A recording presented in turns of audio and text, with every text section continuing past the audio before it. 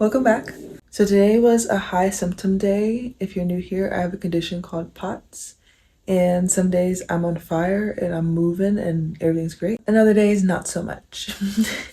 So yeah, today was a high symptom day and I just decided let's just romanticize the evening, relax, and just not push so much because my first instinct was to just push through it. And God has really just been putting the word grace on me, and just not just for me but for other people in my life. So I've really been trying to lean into this whole grace thing, and it's just so crazy. I'm even thinking about it, it's just that word just keeps popping up, grace, grace, grace, and everything. So I really do feel like that was the Holy Spirit nudging me into this season of grace. So I'm trying to allow myself to just rest instead of punishing myself for not being productive. So that's why I've just had a cute romanticized evening, lit a candle, did some reading, did some journaling. And then I also have a devotional that I want to read tonight. I'm a prayer devotional.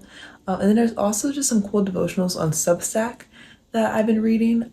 Also, I don't think I share this. I've started a Substack. So if you would like, I have the same handle on Substack. It's The Healing Disciple.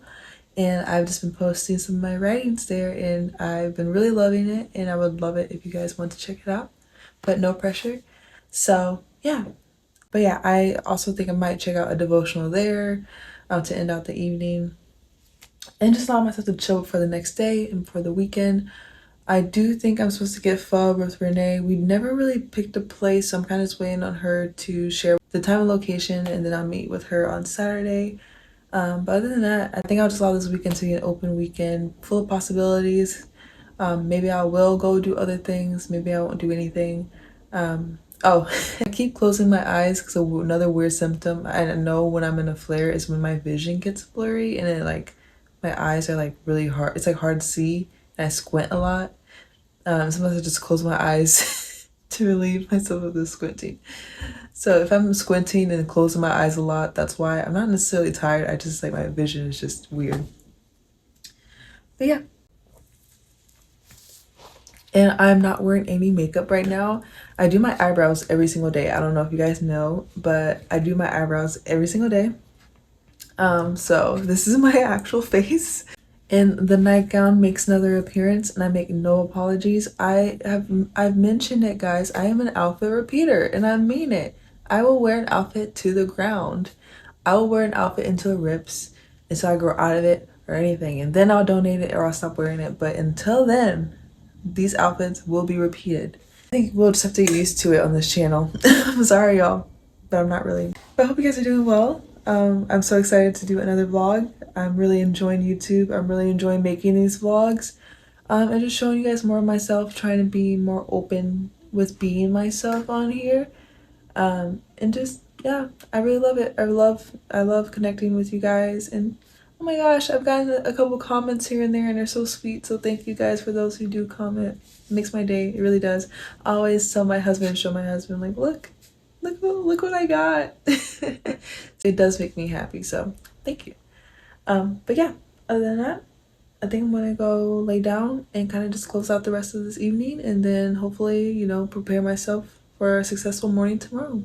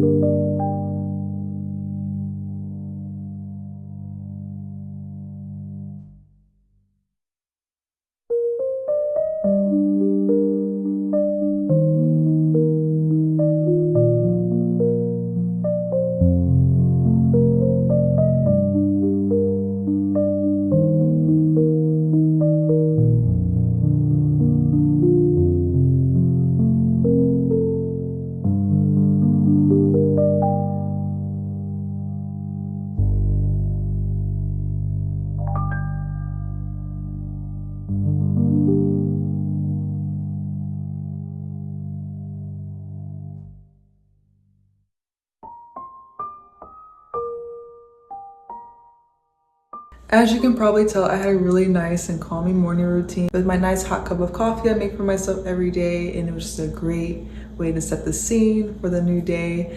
But I did want to share with you guys that I did take off my nails, so we're bare nails again. I tried to get into gel, but it just wasn't really for me. I realized that I just don't really like how it looks, and then with the attachments I had on the first time around, they kept popping off, and then I just decided to take them all off, and then I just did a normal gel manicure on my actual nails, and they looked good for the first 2 days, and they just started looking kind of plasticky, and they started peeling off, and I was just over it, so we're just gonna go bare nails for a while.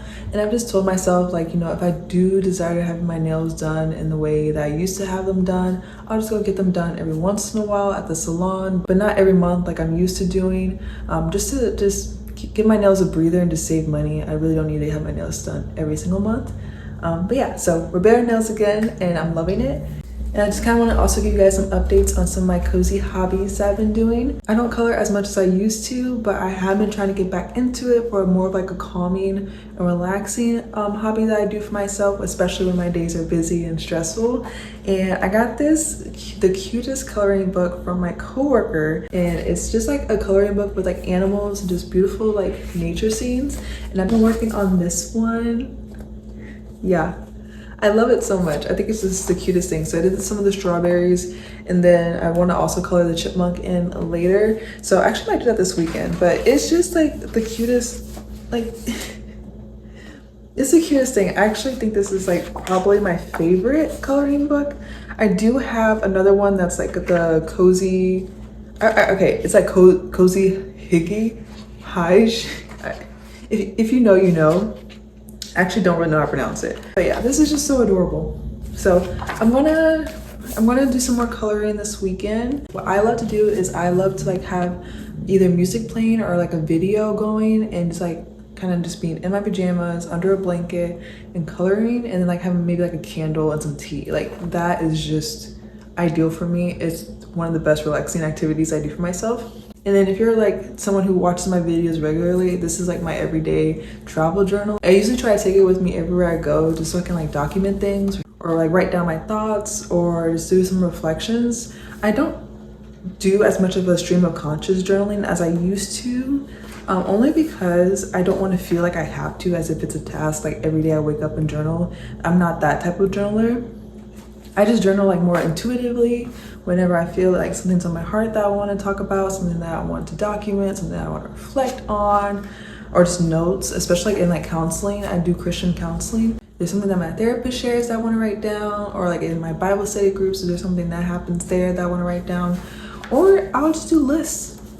I think I have a grocery list in here somewhere. So yeah.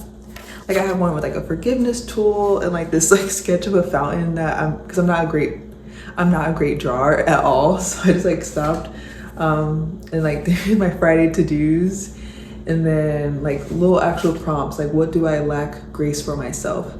So yeah, things like that. And then there's gonna be some stream of conscious thoughts every once in a while. So, but I love it. This is like, it's just the cutest little thing. I take it with me everywhere.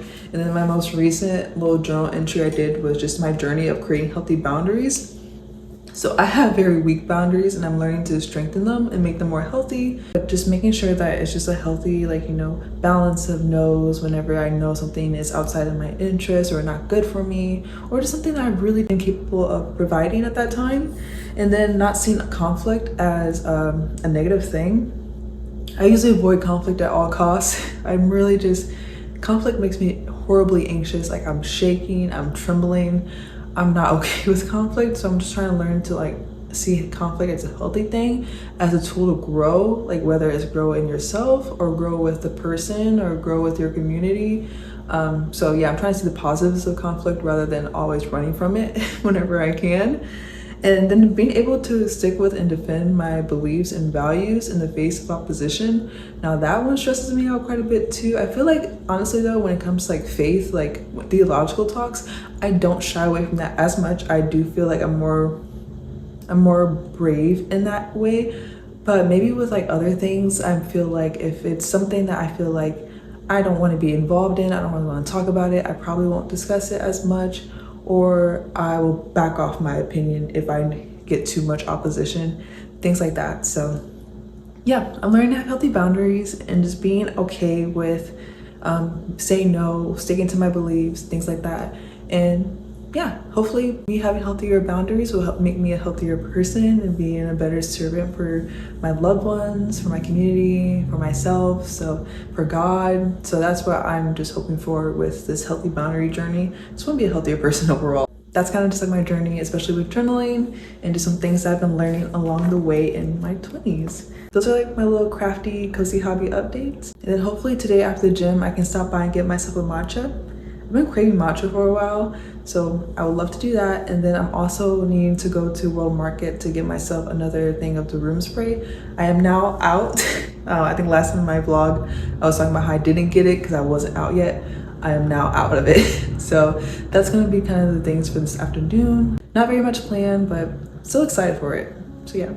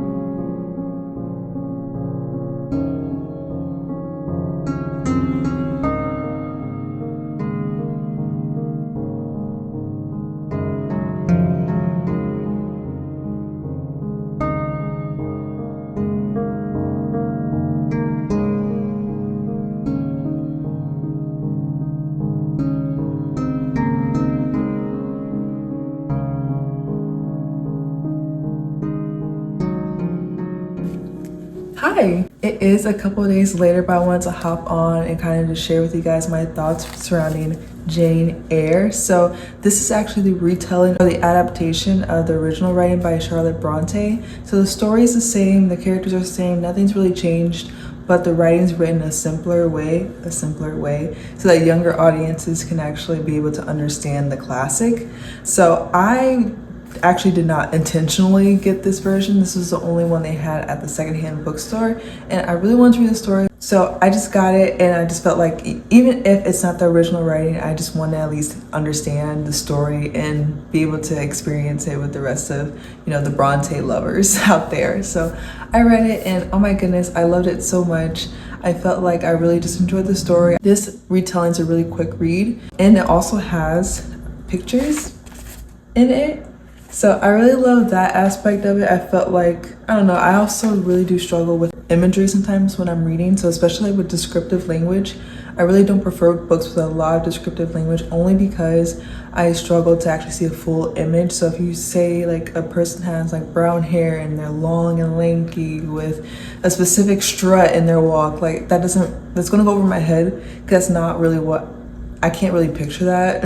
That's just kind of just how I am. I kind of just see like the outline of a scene and the outline of the person, and then kind of just like fill in some blanks here and there if I feel like it's needed. But really, I really like books with a lot of dialogue, and I feel like I follow the story better in that way. So this was good for me because imagery is just not my strongest suit, and I just love being able to like look at the pictures and be like, oh, okay, so that's what the author probably meant when they described this scene in this way, because I just went right over the scene. I don't stick around for details, okay?